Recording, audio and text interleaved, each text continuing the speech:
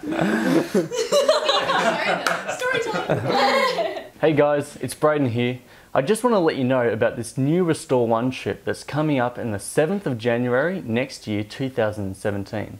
But this trip isn't like any other trip. This trip is focused on the youth of the Central Coast, ages between 18 and 28. Now I've got a few friends here and we're going to ask a few questions about what we're actually going to be doing. Hey guys, so I've got a couple of guys here to help me with some questions that you may have. I'll just start off with the first question. Anyone can just pipe up. Do I need any particular skill to come on this trip? Well, I work in a laundry, so... Yeah. I'm unemployed, so... I'm a student. No, I guess just being willing is the biggest thing. Yeah, so anyone can really come. You've got a half a service, then get there, you know? Yeah, that's it. Awesome. So, okay, so what is the purpose of this trip? It's a bit of a broad question. But what's our real mission? To serve. That's very broad. Someone can elaborate on that. Yeah. For me, that'd be Like great. specifically. I guess the high school. Like, I mean, is that the point of the trip? Creating the high school so the kids that have left year 6 now can come back and still study in there and get Yeah, so we've got a primary school and I think it's 7 k's to the high school. Yeah. So we want to keep them like in the village. Keep enhancing the quality of education and like helping them with that and build that school that'll get people to stay there. Not just the quality as well, but the convenience of having it there. Yeah, and it builds the whole village as well, not just the school. It's good for the whole village. Yeah, definitely. And it's not just service for the community over there. The purpose of this trip is also to unite the Central Coast youth together in one main trip.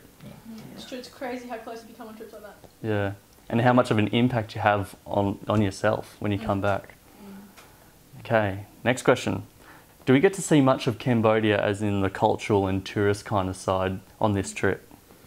Yeah, you're traveling across the entire country by land, so I guess you see as much as you're going to see going on a trip like that. When you start in Phnom Penh, like the capital of the country, you're seeing, I guess, the whole city side of it, and you're moving to rural areas where we're going to be working at the village, and then again to the tourist capital in Siem Reap at the end of the trip, just for some R&R and to hang out, which would be good. Temples?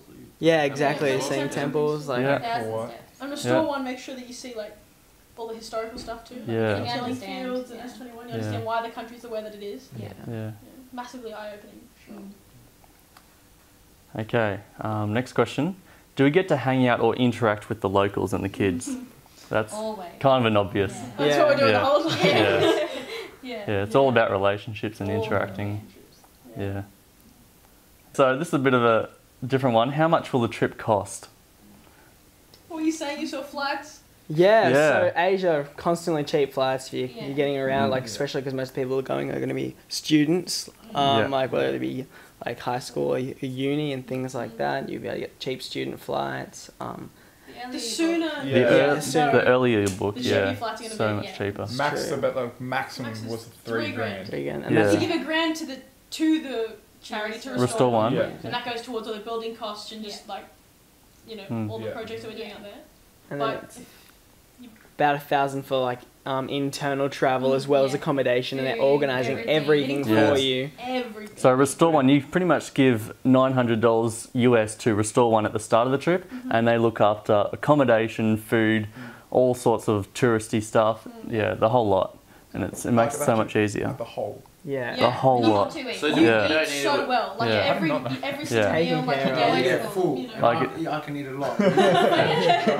It's good. It's not just hostels and stuff. It's pretty good accommodation and good restaurants. So we don't need to organise the accommodation. No. Nothing. Once you pay Hear that, guys? You don't have to organise anything. Get on board. Except your flights. Buy your flights. Yeah. So but we'll kind of do that as a big group if we get enough of us early. Well, as soon as you commit to going, you can talk to people that will know how to do it and they'll help you out. So you're not on your own. No. Yeah. And if you feel like you can't bring the money financially, just pray about it. If God really wants you to go and if you really want to go, it'll happen. Finances are something that just God can work out, and it's something pretty every easy. single one we've gone on, like there have been scraping last minute. But, things just work out perfectly. Because we got a Facebook page, don't we? Yes. Yeah, so just even if you just click interested and stay up to date and just talk to a few people. And it's true.